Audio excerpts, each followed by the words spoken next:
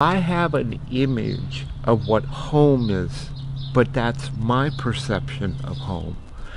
For me, right now, here, this is home. If you look at the photos and you see the trash cans up against the wall, part of taking responsibility, if you will, of keeping a home, a house, an apartment, taking out the trash. That means every Tuesday I make sure all the cans are out.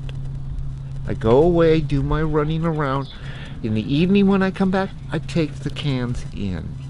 That's normal. That's what everyone in this neighborhood does. But yet, I have seen over 15 years people who have gone inside. Some are still hoarders. Some just don't know how to manage. It would be nice, and I know this thought and proposal has been set forth to a lot of committees about mentorship. Those who have already gone through housing and are established, helping someone else. Make the suggestion, I'm going to go do laundry. You want to come do laundry with me? The interesting part about that is watching others who did come in from outdoors. One in particular was someone who was in the park for 25 years. He was at that place for 10 years, but over that 10 years, I saw him, what he was dealing with.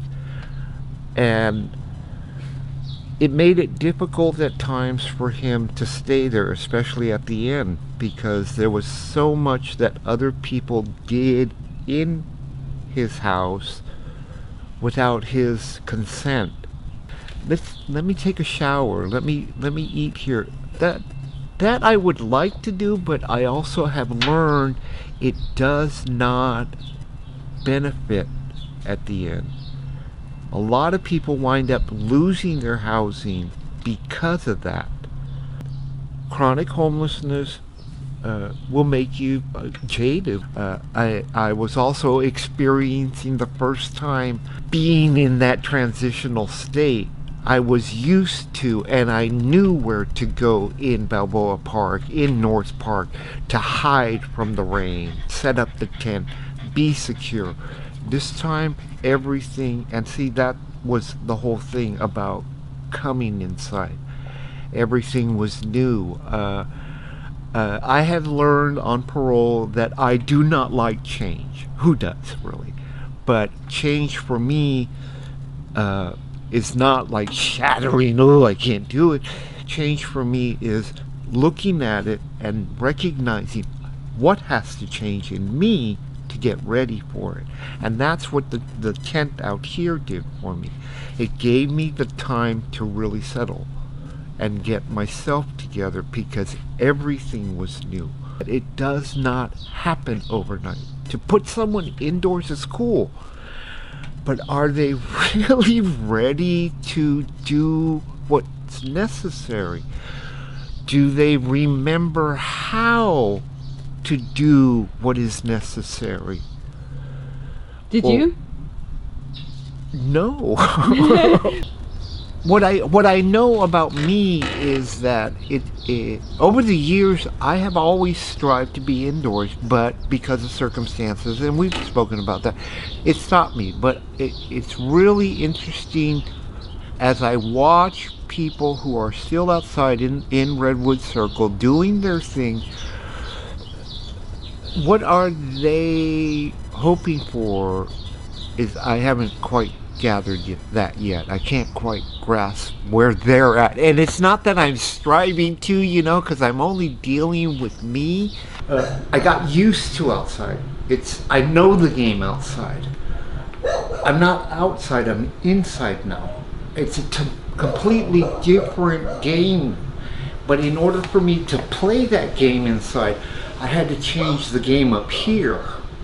And once this changes for people, then they become productive. And I've seen people like that who will come inside, have a little bit of problem, but get it together. And then what do?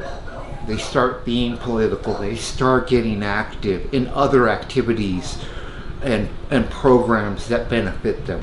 Me right now, I'm looking at going back to school. That's my project, going back to school.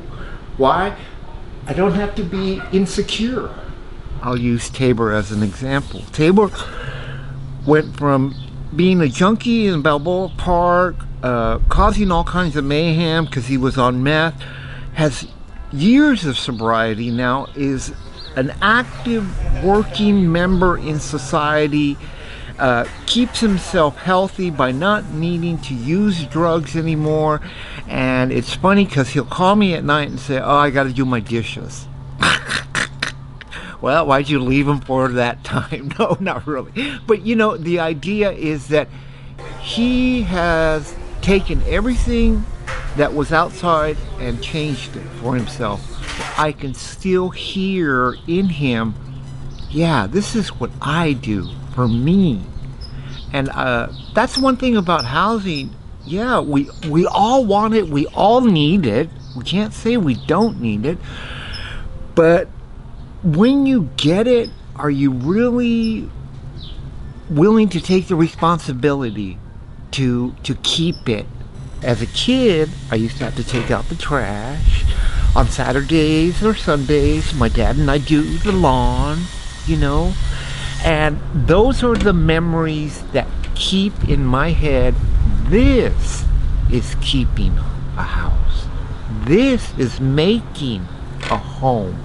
I could be out in the tent and I could still be living and I would still keep my place clean because I don't live in trash, you know. And don't get it wrong, I've slept in dumpsters to stay warm. I've slept in dumpsters to stay out of the wet, the rain. I have. But those were necessities to protect myself. I don't need that. I have protection. I have shelter. I have it. Now it's maintaining it. And that's why this particular, the shared housing thing, is completely different. It's not like what the Housing Commission offers or the shelters offer. I'm coming back into a family, a community.